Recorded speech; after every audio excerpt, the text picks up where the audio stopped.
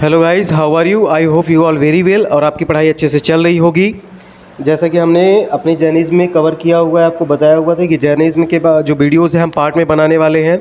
ठीक है, हमने कवर कर लिया है जैनिज़्म में महावीर का एक सेपरेट वीडियो बना हुआ है जो हमारा फर्स्ट वीडियो है। फिर हमने देखा कि जैनिज़्म में तीर्थंकर है, उसके लिए हमने सेपरेट वीडियो बना दिया है। जैन धर्म के सिद्धांत एवं मान्यताओं के लिए हमने वीडियो बनाया हुआ है, सेपरेट वीडियो है। ठीक है, और आज जो है हमारा देखना है कि जैन धर्म के भाग और उनकी मान्यताएं क्या हैं। It means sects of Jainism क्या है, उसको हम लोग देखते हैं। ठीक है, तो आइए चलते हैं, बढ़ते आगे। तीर्थंकर के बारे में हमने बताया हुआ था कि तीर्थंकर क्या है, ऋषभदेव क्या है, ठीक है, उनके मान्यताएं क्या हैं, नामीनाथ क्या है, ऋष्टि नेमिनाथ क्या है, उनसे जुड़ी बातें क्या हैं।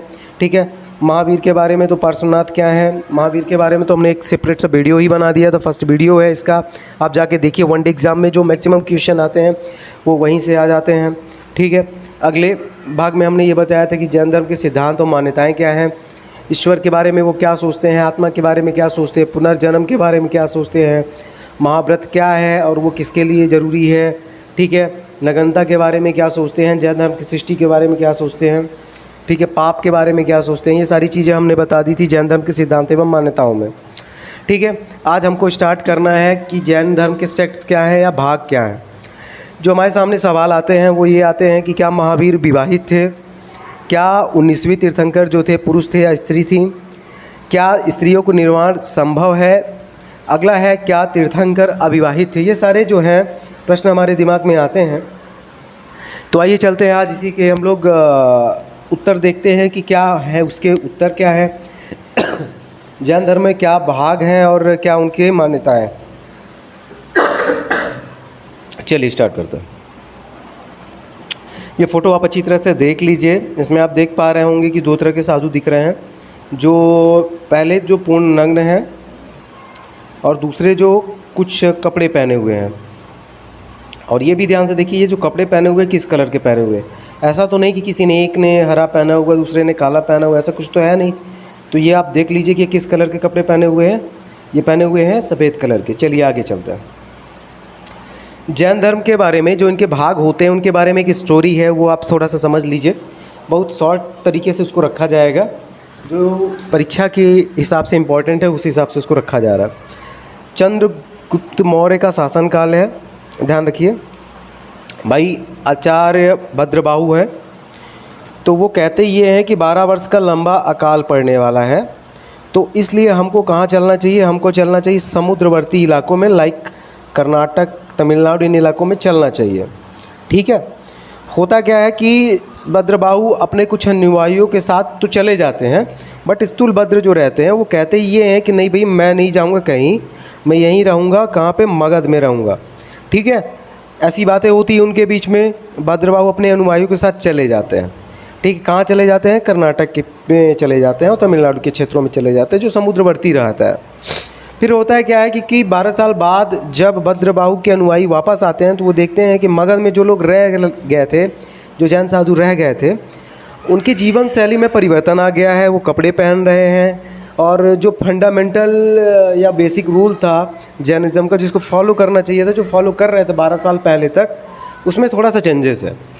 तो ये कहते हैं, जो भद्रबाहु के अनुयायी हैं वो कहते हैं कि से जो लोग कपड़े पहन रहे होते हैं उससे कहते हैं कि अरे भाई, अब आप लोग कपड़े क्यों पहन रहे होते हो। ठीक है, तो उन्होंने बताया है कि भाई कपड़े हम इसलिए पहन रहे हैं क्योंकि अकाल के कारण हमारी जीवन शैली बदल गई है। आप तो ठीक है, अकाल था, आप तो चले गए, लेकिन हमको तो यहीं रहना था, तो हमारी जीवन शैली ही बदल गई है। कुछ कारण थे, कुछ फैक्टर्स थे जिसके कारण हमको ये तरीके अपनाने पड़े। ठीक है, होता क्या है कि भद्रबाहु के लोगों को ये समझ में आता है भाई, यदि आप चेंजेस कर रहे हो तो वो कहीं ना कहीं फंडामेंटल जो प्रिंसिपल है उसको आप वायलेट कर रहे हो। वो कह रहे हैं कि आप परिग्रह जिसमें इकट्ठा नहीं करना होता है, आप तो उसको वायलेट कर दिए। इट मीन जैन धर्म कहता है कि आपको कुछ भी इकट्ठा नहीं करना है, बट आप कपड़ा अगर आपको पहनना है तो कपड़े तो इकट्ठा करना होगा या रखना होगा, या संपत्ति तो हो गई एक तरीके से। तो यहाँ पे इन दोनों के बीच में मतभेद हो जाता है। ठीक है, तो जो सफ़ेद कलर के कपड़े पहन रहे थे, जो वाइट कलर के कपड़े पहन रहे थे, वो हो गए श्वेतांबर। जो कपड़े नहीं पहन रहे थे वो हो गए दिगंबर। ठीक है, दिगंबर के बारे में स्टोरी से अगर फैक्ट लिया जाता है तो ये 4 फैक्ट इंपॉर्टेंट है। भद्रबाहु, 12 साल का अकाल, कर्नाटक और अपरिग्रह टारण बना था। ठीक है, श्वेतांबर के बारे में अगर स्टोरी से क्वेश्चन आता है तो उसके बारे में 3 तरह के क्वेश्चन आते हैं, स्थूलभद्र, मगध और अकाल के कारण बदली हुई जीवन शैली। चलिए आगे चलते हैं, देखते हैं कि दोनों में क्या बेसिक परिवर्तन है, दोनों में सोच में क्या अंतर आता है। भाई वस्त्र धारण को लेकर श्वेतांबर कहता है कि भैया हम सफ़ेद वस्त्र धारण करते हैं, दिगंबर कहता है भैया हम वस्त्र धारण नहीं करते हैं। इसके पीछे कारण क्या है आगे देखते हैं। मोक्ष पाने के लिए आवश्यक, श्वेतांबर ये कहता है कि भैया मोक्ष पाने के लिए कपड़ों का त्याग करना आवश्यक नहीं है, ठीक है। मोक्ष आदमी अपने कर्मों से पाता है, कपड़ों के त्याग से भला हम कैसे मोक्ष पा सकते हैं। लेकिन दिगंबर कहते हैं कि नहीं भैया, अपरिग्रह है, अपरिग्रह में हमको कुछ भी संपत्ति इकट्ठा नहीं करना है, तो इसलिए हम कपड़े भी इकट्ठा नहीं करेंगे, कपड़े भी नहीं पहनेंगे। और हमारे जो कपड़े होंगे, जो हमारा वस्त्र है वो आकाश है, ठीक है।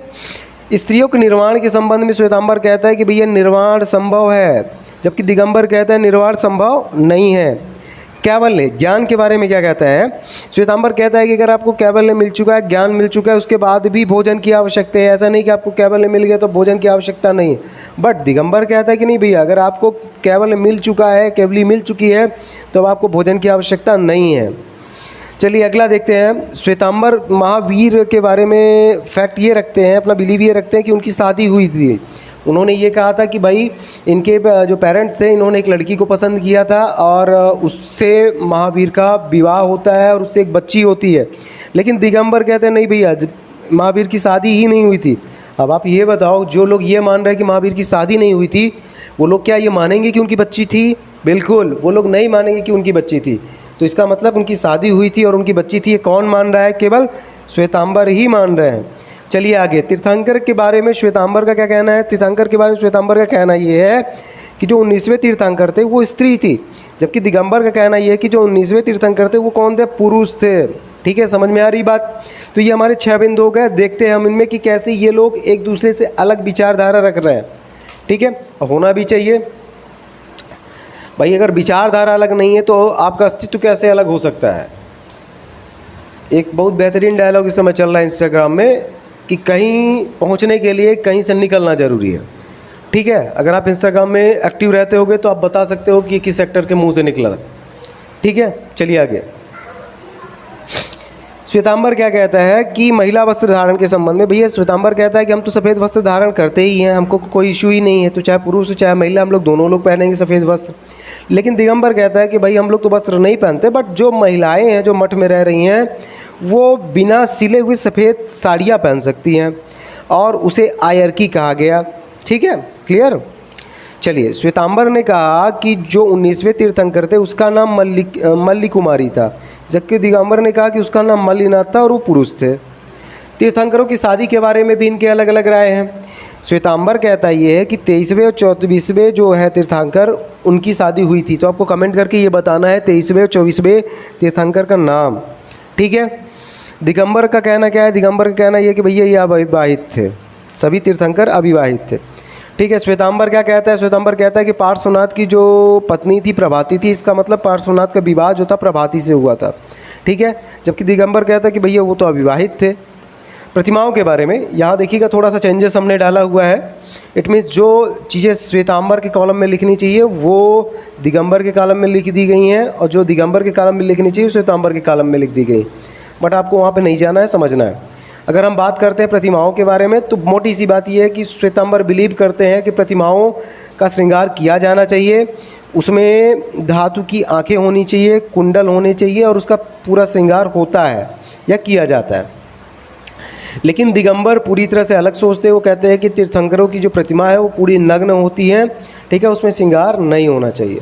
तो ये टोटल 11 बिंदु हो चुके हैं, जिसमें हमने ये देखा कि ये दोनों कैसे एक दूसरे से अपनी अलग राय रखते हैं। यहाँ पे एक चीज़ आपको याद आया होगा कि हमने अपने 3rd वीडियो में कंफर्म किया था कि अनेकांतवाद, ठीक है, मतलब एक ही चीज़ के बहुत सारे पहलू होते हैं। तो आप यहाँ पे भी देख पा रहे होगे कि जैन धर्म के बारे में ही जैन धर्म के लोगों की अलग अलग सोच और मान्यताएँ हैं। ठीक है, चलिए आगे चलते हैं। भाग में सेम यहाँ पे भी है, जो श्वेतांबर के कॉलम में लिखना चाहिए वो तो लिख दिया गया है दिगंबर के कॉलम में, बट आपको इससे कोई बहुत अंतर नहीं पड़ना चाहिए। भाग की बात करते हैं तो श्वेतांबर के 2 भाग हैं। पहला भाग है देरावासी। ठीक है, देरावासी में क्या है, देरावासी लोग जो है तीर्थंकर की प्रतिमाओं की पूजा करते हैं, जबकि स्थानकवासी हैं वो कहते ही हैं कि हम लोग प्रतिमा की पूजा नहीं करेंगे। वो कहते ही हैं कि हम लोग साधु संत की पूजा करेंगे। तो स्नातकवासी के दो भाग हैं, पहला है वाइसपंथी, दूसरा है तेरापंथी। ध्यान रखिएगा, वाइसपंथी और तेरापंथी बहुत इंपॉर्टेंट फैक्ट है। चलिए दिगंबर के बारे में पढ़ लेते हैं। तो दिगंबर के तीन जो हैं भाग हैं, विभक्त हैं समुदाय।